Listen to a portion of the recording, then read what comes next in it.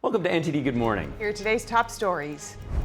British media report that UK police arrested Andrew Mountbatten-Windsor on suspicion of misconduct in public office after King Charles stripped his title of prince last year.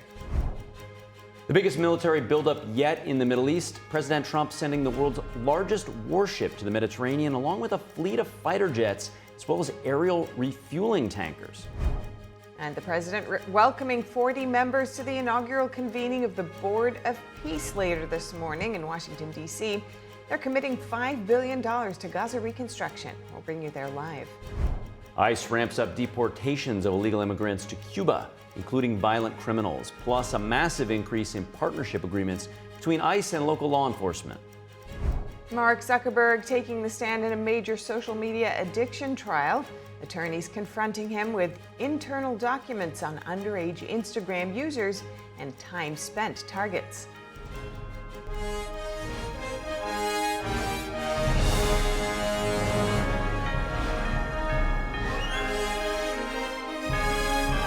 This is NTD Good Morning, live from our global headquarters in New York City. Here are Stephanie Cox and Carrie Dunst. Good morning. Thanks for joining us. Today's Thursday, February 19th. This is NTD Good Morning. Next, President Trump sending the USS Gerald R, the world's largest warship, to the Middle East. Plus a huge fleet of fighter jets and aerial refueling tankers in the largest military buildup yet. NTD's Mariotsu brings us more on that. That massive military buildup in the Gulf there is a potential indication that President Trump is preparing large-scale strikes against Iran if negotiations with the regime ultimately fail. And it comes as President Trump is also urging UK's Prime Minister Keir Starmer to back out of leasing the island of Diego Garcia to Mauritius. President Trump says that it may be necessary for the U.S. to use that island to, quote, eradicate a potential attack from the Iranian regime should they not make a deal. The president says that Diego Garcia is strategically located in the Indian Ocean and, quote, called it making a big mistake by leasing it to Mauritius. And the White House, meanwhile, is repeating that President Trump always prefers diplomacy first. Take a look. As you just said, totally obliterated Iran's nuclear facilities. The president has always been very clear, though, with respect to Iran or any country around the world, diplomacy is always his first option, and Iran would be very wise to make a deal with President Trump.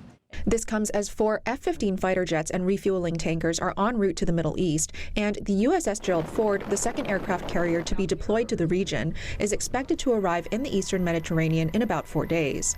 Meanwhile, satellite images show that Iran has recently built a concrete shield over a new facility at a sensitive military site, buried tunnel entrances at a nuclear site bombed by the U.S. last year, and repaired missile bases struck in that conflict. This as a Russian warship arrives in Iran a day before it's expected to conduct Navy drills in the Sea of Oman and northern Indian Ocean, a few days after Iran's Revolutionary Guards conducted drills in the Strait of Hormuz. I think you heard from the administration and the State Department yesterday that there was a little bit of progress made, but we're still very far apart on some issues. I believe the Iranians are expected to come back to us with some more detail in the next couple of weeks, and so the president will continue to watch how this plays out. While Iran insists its nuclear program is entirely peaceful, it is the only non-nuclear weapon state enriching uranium up to 60%, a short step away from weapons-grade material. We don't want any enrichment. We don't want enrichment. Yes, of course, the Iranians say that they're not interested in a nuclear weapon. We know, in fact, that's not true. They have shown a number of things that make it clear that they're interested in acquiring a nuclear weapon.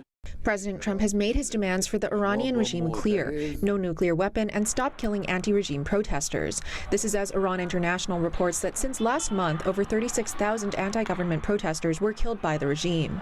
The Trump administration says everything is on the table in negotiations, including ballistic missiles and support for proxies like Hamas and Hezbollah, but the U.S.'s red line is possession of a nuclear weapon. Everything is on the table. We certainly want Iran to stop being a state sponsor of terrorism. They're one of the world's largest state sponsors of terrorism. There are a lot of ways in which they endanger America's national security, but the most important way they could is if they acquired a nuclear weapon. Meanwhile, President Trump has a Board of Peace meeting here in Washington with over 40 countries expected in attendance. President Trump vows that that board will prove to be the, quote, most consequential international body in history, and says that he'll announce that member states have pledged more than $5 billion toward humanitarian aid and reconstruction efforts in Gaza. And then after that, President Trump is jetting off to Georgia, where he'll tour a steel factory and another local business in the region before going to Rome, Georgia, where he'll make remarks on affordability and the economy. And thanks to Mari for her report. And later this morning, we're going to be taking you there live to Trump's convening of the Board of Peace in D.C. And joining us now from Israel with a preview is David Wormser. He's an analyst for Middle East Affairs with the Center for Security Policy. David, thank you for joining us this morning. Your expectations for today's initial Board of Peace meeting in D.C.? Well, I think I have limited expectations, but also some. I'm impressed with some of the vision behind it. The vision is, of course, that he's creating a go-to body to get things done. Now, it's right now focused on Gaza, but I'm not sure that really is its ultimate focus. I think ultimately he's creating this structure to replace the UN, which actually, as I said, gets things done. Now, as far as the expectations in Gaza, there I'm much more pessimistic. Gaza is not disarmed, and Hamas still says they won't disarm, and there's no structure that will disarm Hamas other than the Israeli army at this point out over the horizon. So it's very difficult to create a positive investment structure in Gaza until that happens. So I think there will be commitments made, and they are still, though, going to remain theoretical until after the next phase of Gaza transitions. And unfortunately, I doubt that that will be through diplomacy. That may be in a month or two with the Israelis finishing the job with Hamas, disarming them. And then you can move to a fundamentally different circumstance. And then these pledges and this structure of bringing in nations to help police the area can start taking effect. David, can you go a level deeper on what's happening on the ground in Gaza and how long it might take for either Hamas to disarm, which you say likely won't happen, and the process whereby reconstruction can begin? Because the $5 million has been pledged. The plans look great, but of course there can't be any construction if it's then going to get, bombed after it starts. So what does that transition period look like, and how quickly can it happen? Yeah, I think the hope is that even in advance of disarming Hamas and this roughly 50% of the territory they still hold in Gaza, that you could begin on the Israeli side, the area that Israel is holding in Gaza, that other 50% of Gaza. The only problem is that, as we see every day, Hamas is trying to conduct attacks against Israeli soldiers. They still have tunnels that operate, tunnels that go under the line. Just 2 days ago, 12 terrorists showed up trying to kidnap and attack Israeli soldiers on the other side of the line. So even though Israel has full control of that 50%, it's still a dangerous war zone, and that will make it difficult, even in that half, to begin to construct. Now, that is the expectation of the United States, that perhaps in at least that half you start construction. And that then sends the signal to the Palestinians in the other half to really get rid of work with Israel, the United States, and this international body to get rid of Hamas, because they'll see what the other side is developing. But precisely for that reason, I think Hamas will make it a priority to hit and destabilize any project that gets underway on the Israeli side. Yeah, clearly a delicate balance there. I do want to move to the structure of the Board of Peace and get your view on it, because by all measures, the right participants for Gaza reconstruction are there. You have Israel, you have Jordan and Egypt, you have Turkey, Saudi Arabia, the UAE, Qatar. The Muslim world is represented. What's not represented in any meaningful showing is the rest of the U.S. Western allied world. What do you make of that? Well, we have an issue with the current European elite, especially the Western European elite, France, Britain, Germany, and so forth. There are a few Western European or European countries that are joining the board, but the Western Europeans are not. And that, I think, is a function more of American-European relations at the moment than it is about what this Board of Peace will eventually be. Eventually, this Board of Peace, if it's going to really replace the UN, has to avoid the ills of the UN. And the ills of the UN is that it's essentially a body dominated by countries who are not interested in stability. They vote in regional blocks, and you get all the wars of those regional blocks fought out in the politics of the UN, rather than the UN becoming a sort of a body of mutual meeting and a neutral ground. So the Board of Peace right now is, as I said, a go-to board to actually get something done in Gaza. And in that sense, once Hamas is disarmed, it could be an effective structure. And then over time, the Europeans will join. But ultimately, this board will have to include and ultimately be most represented by Western countries, because we're the ones who are advanced, we're the ones who have industry, and we're the ones who seek global stability and freedom. So it really won't work in the long run unless the Europeans are involved.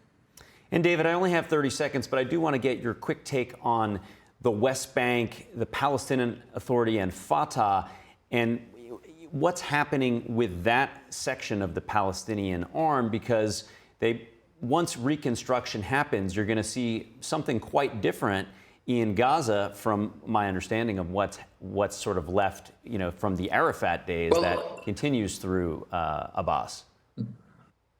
The Palestinians have received more per capita aid than any other people on the face of the earth. It dwarfs any other people on the face of the earth. And unfortunately, the Palestinian Authority has not transitioned from sort of a liberation movement, revolutionary liberation movement, to an effective, efficient, and not corrupt government. So while there's some prosperity in the West Bank, because it's kind of the Wild West, there's no rules, no taxation, et cetera, that's effective, and lots of corruption, so some people are getting rich. Overall, it is still a dysfunctional structure, and dysfunctional structures ultimately will seek to, especially in the Middle East, will seek to externalize their dysfunction. So the Israelis are still sitting next to a volcano, and they know it. So I'm not sure that you're going to see tremendous development even there. You're going to see more of the same that you've seen over the last decade in the West Bank, in my view. So interesting. It'll be particularly interesting to see if that puts any pressure then on Fatah, if there is true progress in Gaza. A lot to look out for. Appreciate your analysis always. David Wormser. And thanks to Mari for that report. President Trump's first Board of Peace meeting will gather later this morning and will feature attendees representing nearly 50 nations. Several key speakers include Secretary of State Marco Rubio, Jared Kushner, U.S. Envoy Steve Witkoff, former UK Prime Minister Tony Blair, and of course Trump himself. We'll be bringing you into that meeting live later this morning here on NTD Good Morning. Meanwhile, President Trump says U.S. trade tariffs have sharply reduced the nation's trade deficit and predicts a surplus could come soon. In a post on Truth Social, Trump says the trade deficit has been reduced by 78% because of tariffs. He adds that the deficit will go into positive territory during this year. Official December trade data due today is projected to show a monthly surplus of about $55.5 billion, which would be the first since 1975. That's according to investing.com. The U.S. is still forecast to post a trade deficit of more than $800 billion in 2025, but that would be down from a record $1.2 trillion in 2024. And what issues will President Trump talk about in this year's State of the Union address? And how has America changed since his first term? Join NTD's Steve Lance, Tiffany Meyer, and Mari Otsu on February 23rd at 6 p.m. Eastern for a preview of the major topics the president's expected to cover in the State of the Union. Immigration and customs enforcement operations are continuing in full swing. ICE yesterday said it deported 170 Cuban nationals, including individuals convicted of murder and other violent crimes, back to their home country this month. NTD's Daniel Monahan has more on that, plus a massive increase in partnerships between ICE and local law enforcement. A plane carrying the deportees left for Cuba on February 9th. It was the first deportation flight in 2026, bound for the Caribbean nation. ICE linked the deported individuals to criminal convictions and allegations including murder, rape, and drug trafficking. Yon Davis Wong Den Hernandez was convicted of second-degree murder in Florida. The victim was a 17-year-old girl. Raul Dikenze Batista was convicted in Kansas of rape, aggravated assault, kidnapping, battery, and burglary, plus weapons charges. ICE said he was a member of the Los Habaneros gang and also admitted to previously serving 20 years in a Cuban prison for robbery and breaking and entering. Alexander Padron Martin was convicted of drug trafficking, a controlled substance, and ICE officers took custody of Miguel Ramon Saveda Perez from the South Dakota State Penitentiary through an immigration detainer. He was accused of rape and possessing an altered or invalid driver's license.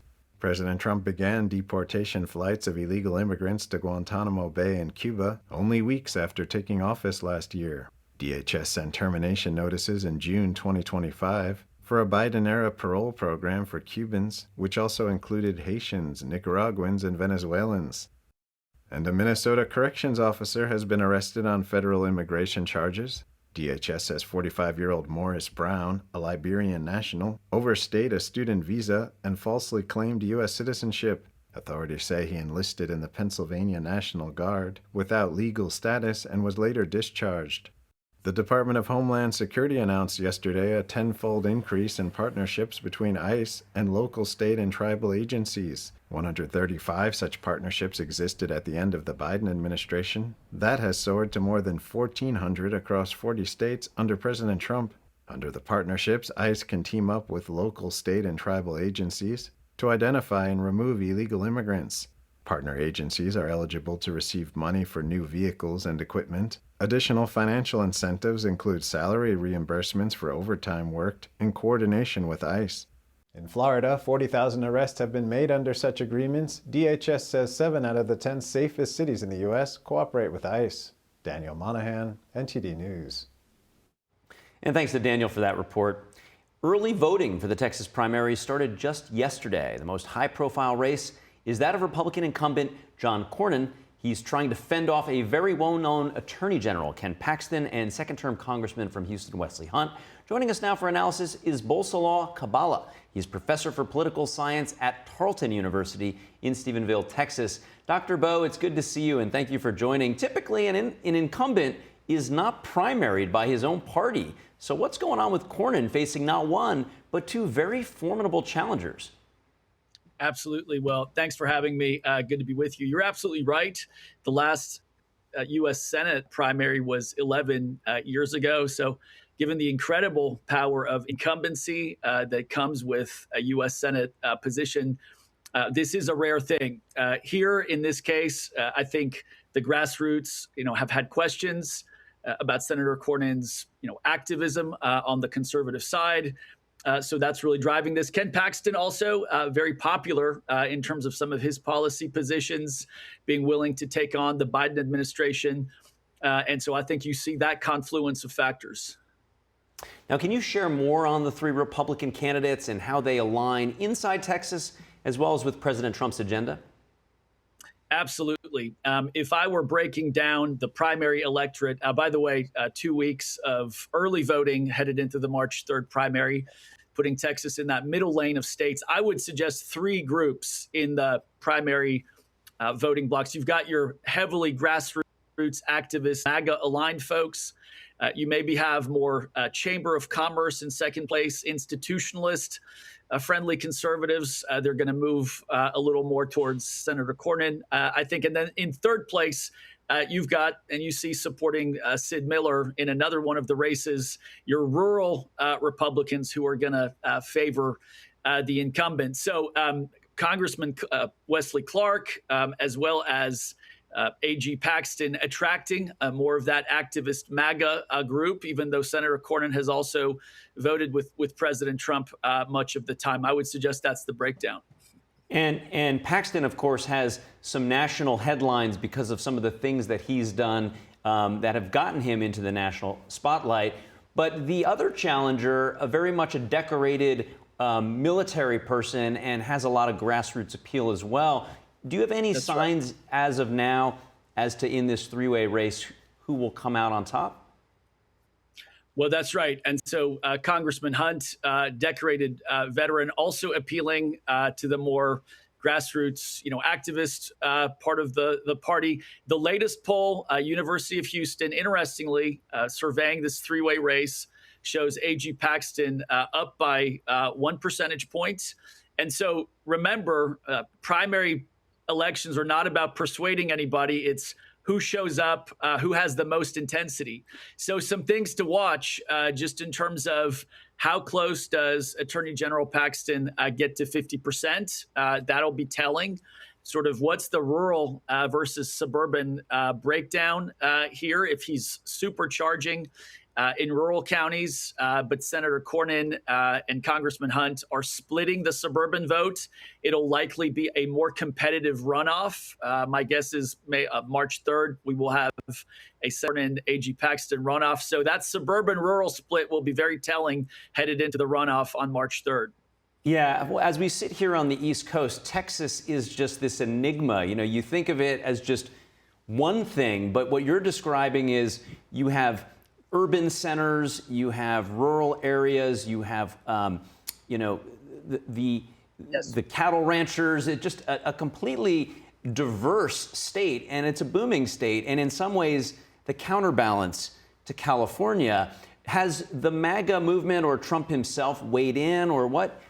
What is the Trump perspective on this, or is he just sitting on the side waiting for someone to emerge? Well, that's what makes this so interesting is President Trump currently has not endorsed on the Republican side in this Senate primary any of the candidates. Congressman Clark appealing to Trump voters.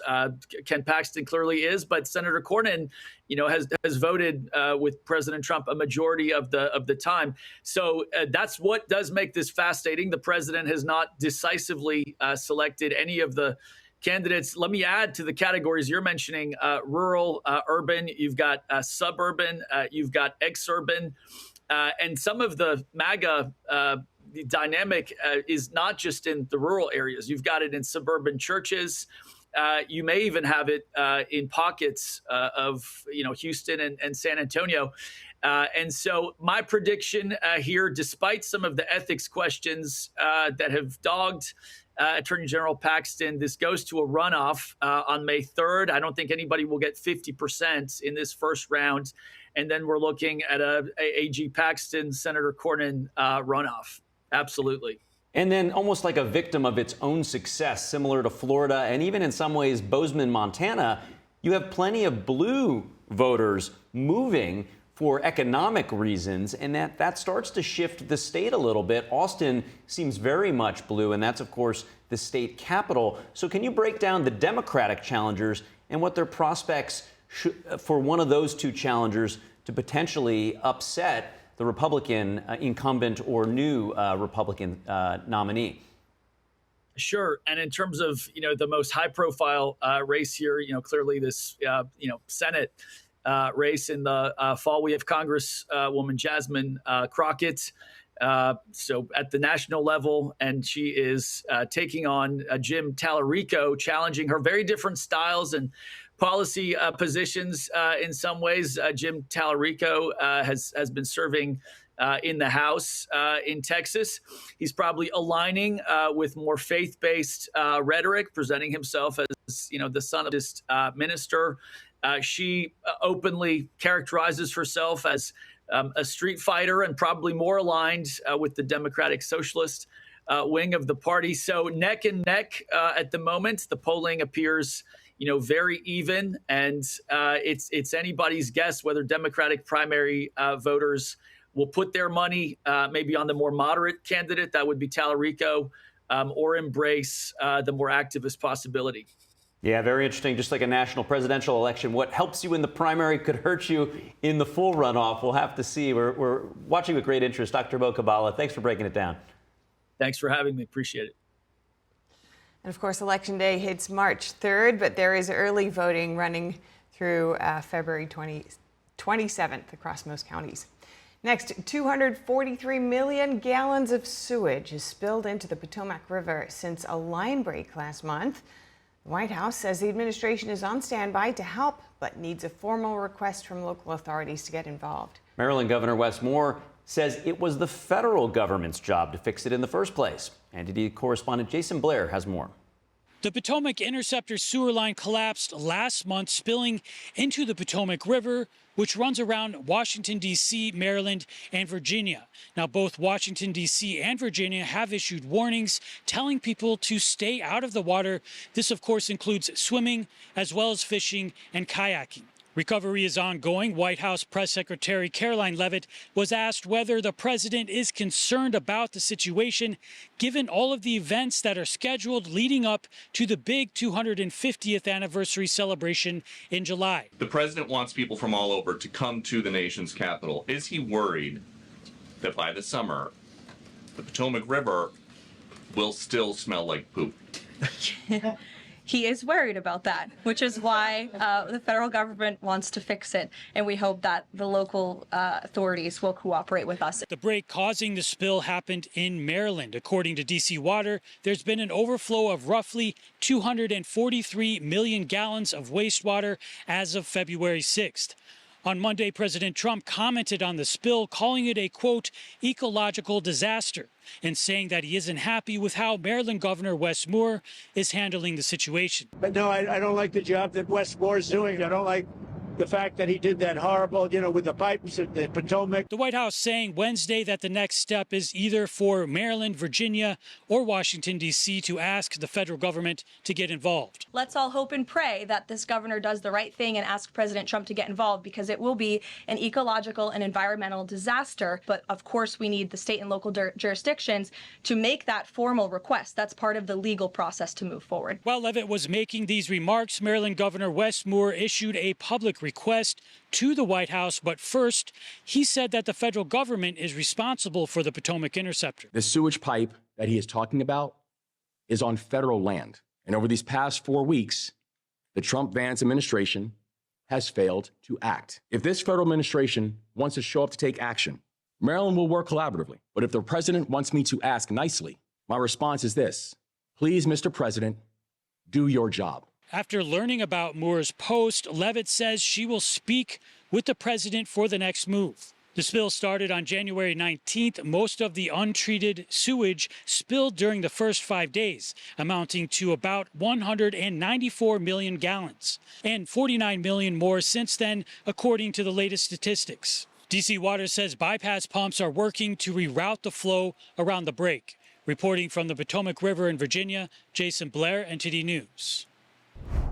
And up ahead, Mark Zuckerberg taking the stand at a major social media addiction trial. Attorneys confronting him with internal documents on underage Instagram users and, quote, time spent targets.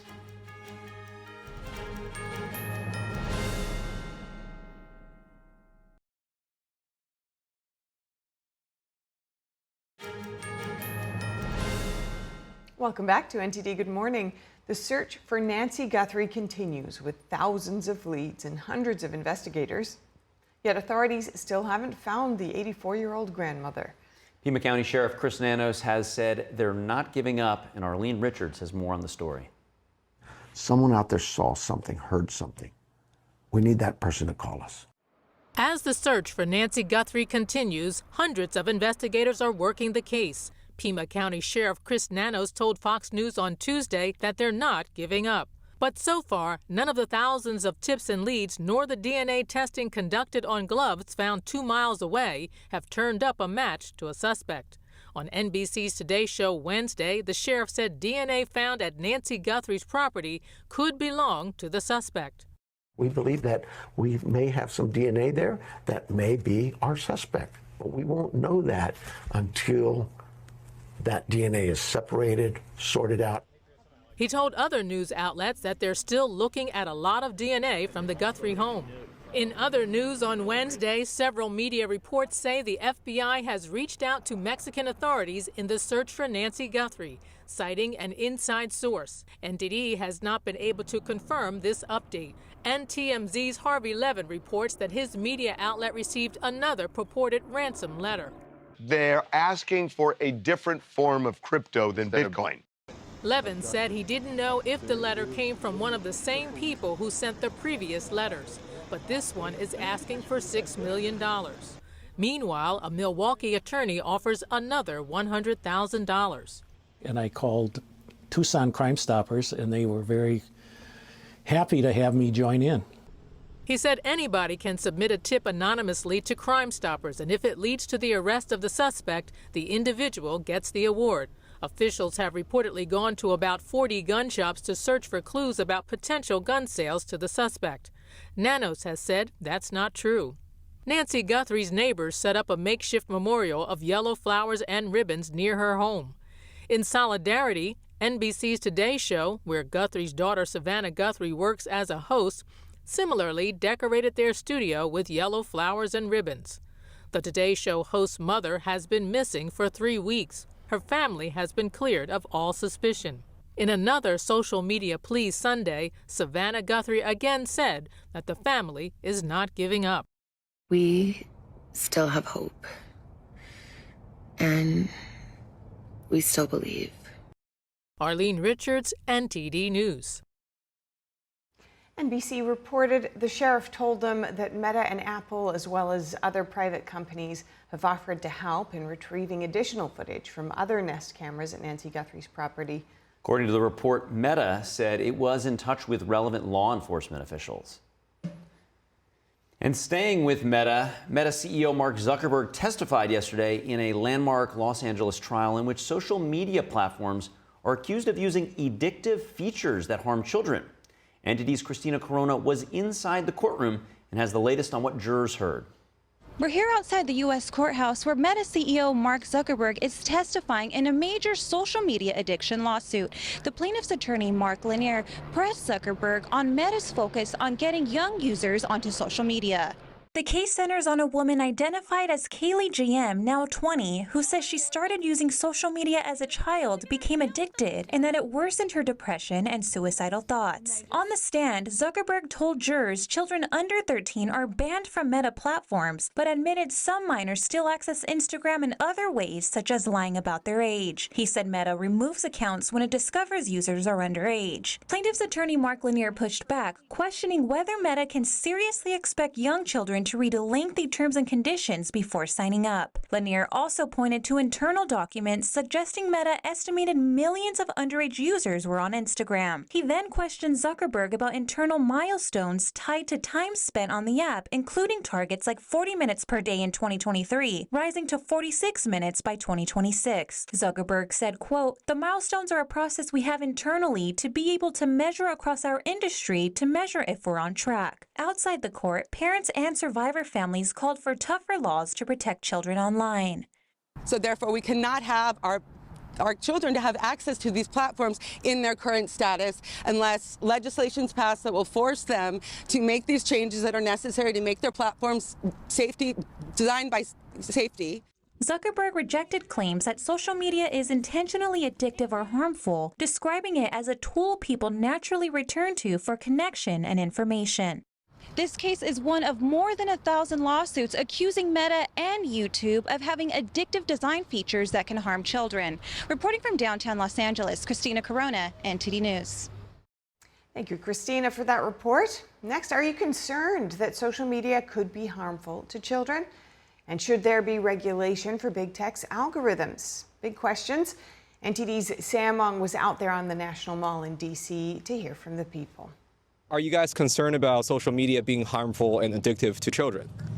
Yes, I definitely am. Of course, I do allow my kids to have social media because I notice that's how they communicate with their friends, but it's exposure to a lot of things that as parents we really have to monitor. There's been times where it's been hard for me to step away from social media, and it can certainly be addicting for me. And if it's addicting for me, it's going to be addicting for a young mind. They don't get out. They don't do anything. Everybody's focused on their phones anymore. They don't see the world anymore. They don't see what's in front of their face other than their phone anymore. I worked in a middle school in New York City, and I would say 9 out of 10 fights started on social media and then came into the classroom. My little sister was bullied through social media, so I completely know that that's a toxic environment. If people are comparing themselves to AI-generated images of females or males, they're comparing themselves to girls that aren't even real, standards that aren't even real. So I think it's absolutely wrecking the mental health of even young men. Do you think big tech companies should be regulated,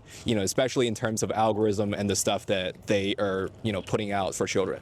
I think there certainly needs to be some control and some oversight, especially if kids are accessing it, just to protect them. No, I definitely think it could, because it's way too easy, especially on social media, to find stuff that is what I would say detrimental to a child's development. You can get on TikTok and you can see, people dancing around in less than scandalous clothing easily. So I know in New York State now they've banned phones. I think the question right now for a lot of people is where do we start talking about social media and the positives, the dangers? I think there should be some limits, but also as parents, it's up to us. We need to create those boundaries for them as well and teach them about boundaries. And I do think it's really disgusting that people are creating algorithms to keep us hooked and watching and scrolling. And I understand it's a business for them and they're trying to make money, but it is at the detriment of society, I think.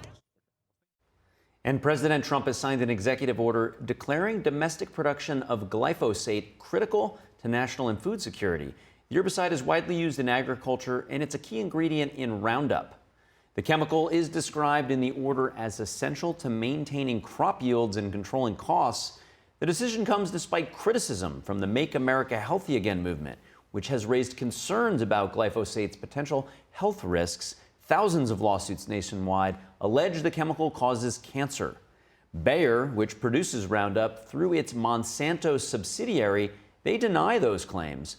The order also directs efforts to strengthen domestic production of elemental phosphorus, a key component in both herbicides as well as military materials. Coming up, President Trump welcoming 40 members to the inaugural convening of the Board of Peace later this morning on Washington. Joining us with a preview is Jacob Aladort. He's director of the Center for American Security at the America First Policy Institute. We're going to have that after the break.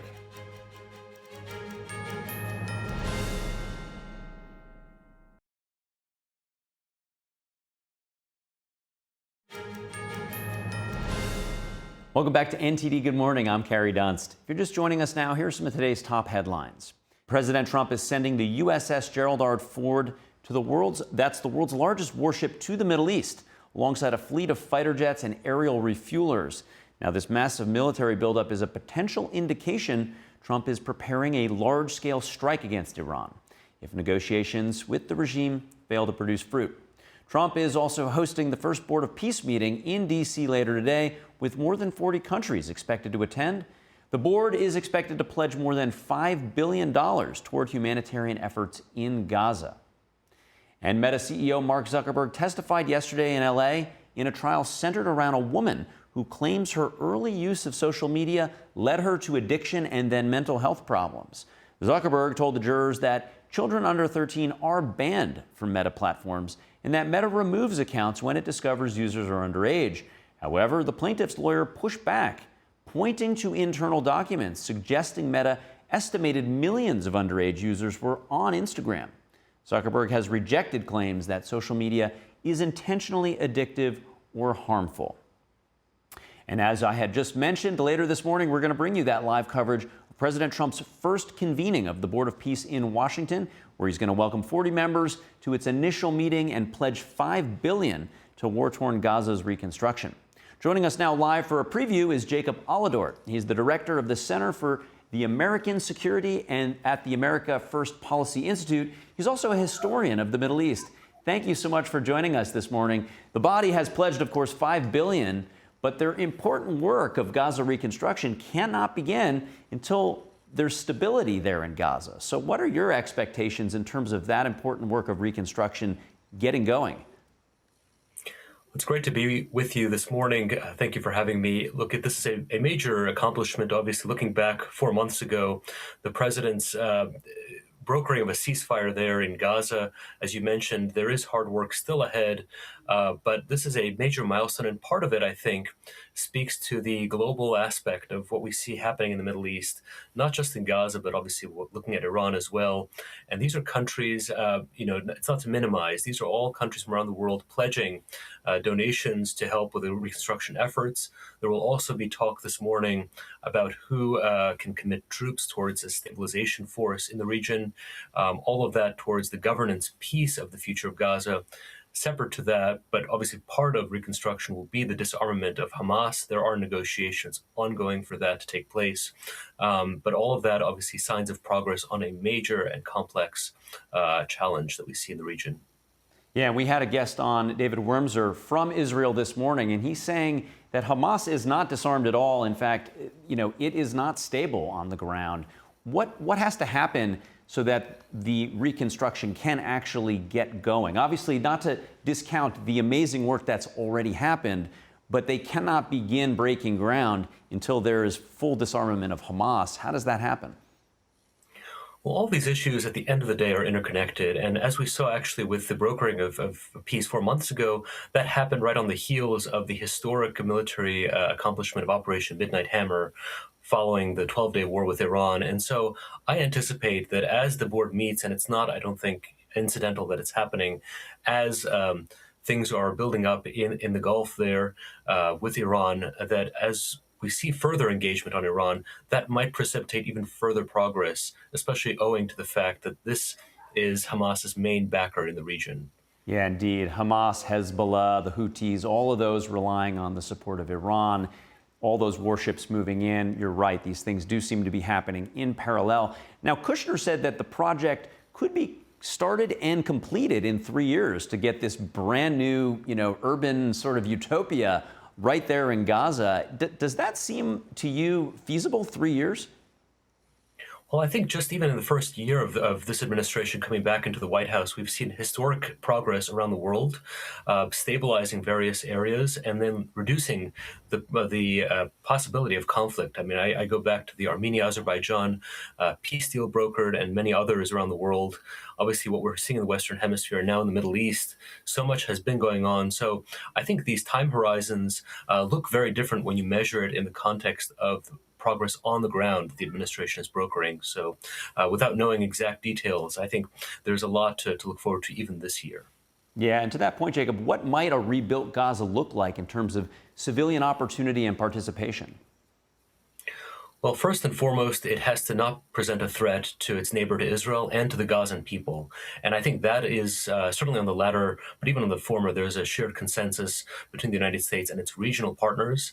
I think nobody in the region wants to see Iran further emboldened or its proxies, which, by the way, pose threats to all of our partners in the region. So I think that'll be the number one priority there. And I think, again, progress is moving in that direction. And it's not just in Gaza. I think we'll probably see it as well in Lebanon with the further marginalization of Hezbollah there.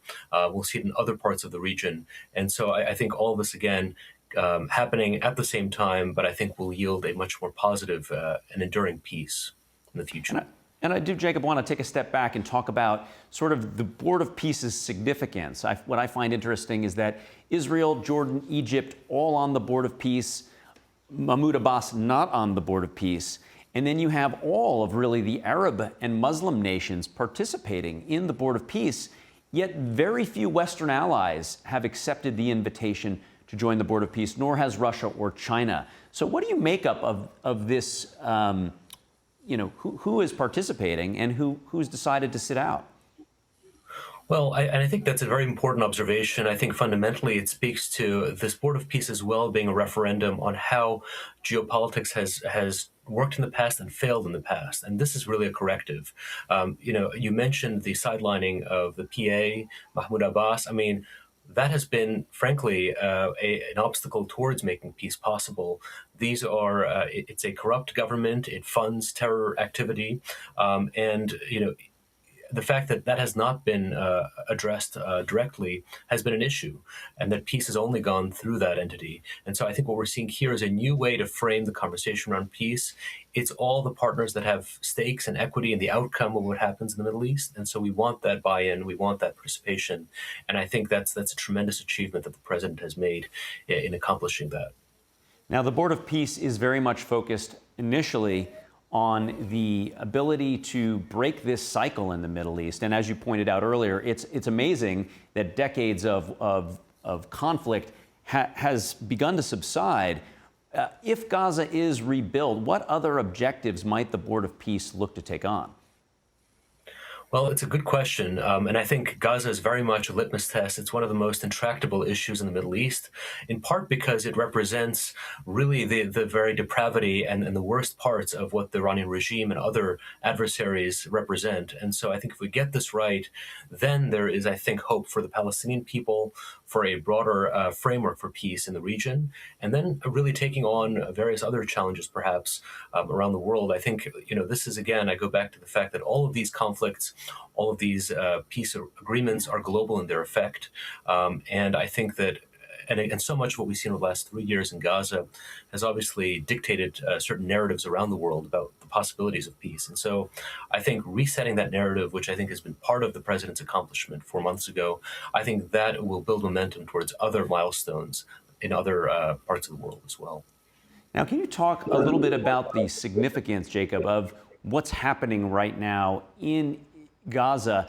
I think back to Clinton coming so close at Camp David, but just unable to push peace over the line. And you discussed sort of your view on corruption within the Fatah Palestinian Authority, which now Arafat passing the baton to Mahmoud Abbas.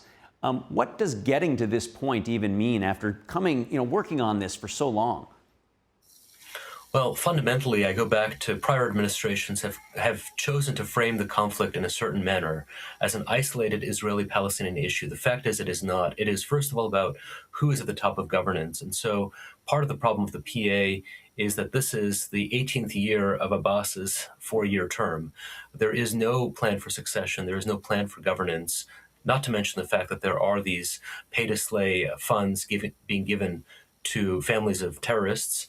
And we should also remember that Hamas's popularity in the West Bank is higher than it is in Gaza among residents, mainly because that's seen as the only viable alternative. But none of that is a formula for peace there.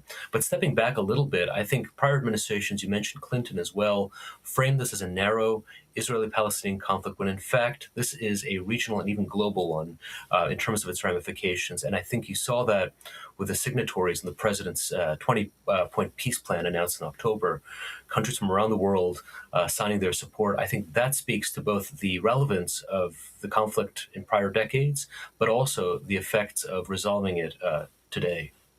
Yeah, it sounds so simple when you frame it like that, because you kind of described the definition of insanity, but yet it's been so hard to solve. And now this novel approach and the establishment of the Board of Peace, it looks like real progress right at the precipice here. Chief Research Officer with the America First Policy Institute, Jacob Alador, thank you for sharing your insights with us this morning. Thank you for having me. And coming up, Secretary of War Pete Hegseth brought his Arsenal of Freedom tour to St. Louis. He's calling for less red tape and faster manufacturing to strengthen America's defense industry.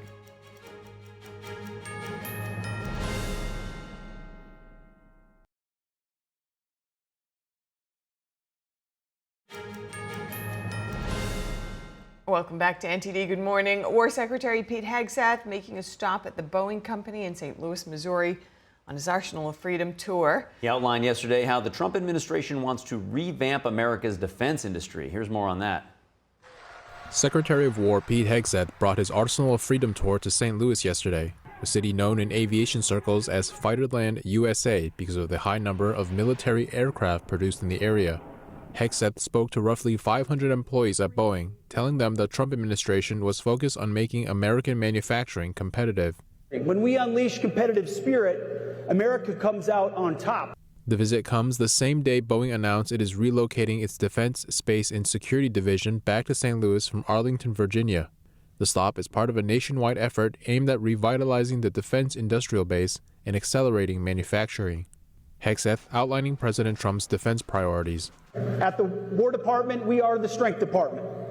Our job is to be the hammer when necessary and hopefully not have to use it. But if we do, we'll fight to win. And according to Hegseth, that means making sure American warfighters are never in a fair fight. No more political correctness, overwhelming deterrence. And from us to you on your front, as it applies to peace through strength, that means less red tape, more incentives, and more speed on the factory floor. Hegseth highlighted the EA-18 Growler produced by Boeing in St. Louis as an example of the facility's role in national defense. He said the aircraft played a role in Operation Absolute Resolve, the January 3rd mission that led to the capture of Venezuelan leader Nicolas Maduro and his wife. After visiting Boeing, Hegseth stopped at the St. Louis Military Entrance Processing Station to administer the oath of enlistment to 32 future service members. His swearing-in ceremonies have been standard practice since the tour began January 5th. Johnson & Johnson says it will spend more than $1 billion to build a new cell therapy manufacturing plant in Montgomery County, Pennsylvania. That's part of a $55 billion plan to expand its manufacturing here in the U.S. The facility will focus on advanced treatments for cancer, as well as neurological and immune-related diseases, and will be operated by the company's Janssen Biotech unit. Company officials say the project will generate more than 500 biomanufacturing jobs and thousands of construction jobs. Pennsylvania is providing financial support for the project, including grants and tax incentives tied to job creation. State leaders say the move reinforces Pennsylvania's growing life sciences sector, which already supports more than 100,000 jobs. Of course, J&J headquartered just on the other side of the state line in New Jersey, so Pennsylvania winning this one. That's it. And in other news, President Donald Trump awarding the nation's highest civilian honor to former Housing Secretary Dr. Ben Carson. During a White House reception marking Black History Month yesterday, Trump said the retired neurosurgeon will receive the Presidential Medal of Freedom later this year.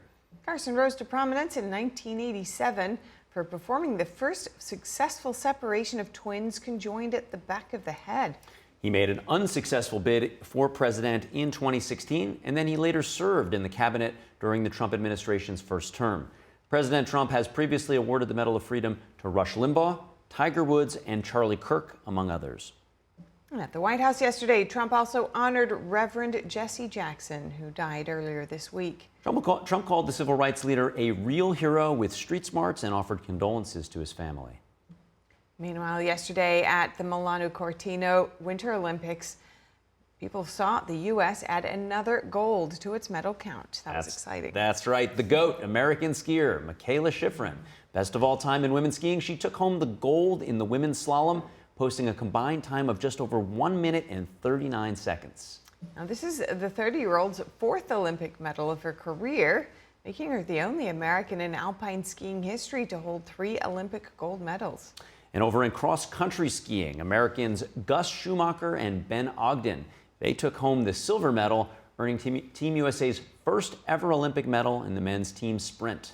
They finished behind Norway's Einar Hedgard Gart and Johannes Klæbo, earning Klæbo's 5th gold medal at this year's Games and 10th gold medal overall. Yeah, those Norwegians are tough in the cross-country. And then over in snowboarding, American Jake Cantor, he secured the bronze at the slopestyle event, earning his 4th Olympic medal of his career.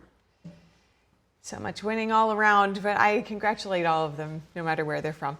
Yeah, you were telling me earlier about the Olympic spirit. Tell me more, Steph. Yes, of course. It's to celebrate the virtues of humankind. It takes a lot to get that far. And of course, it's competition that brings the level up for everybody, right? That's true. The tide raises all the boats.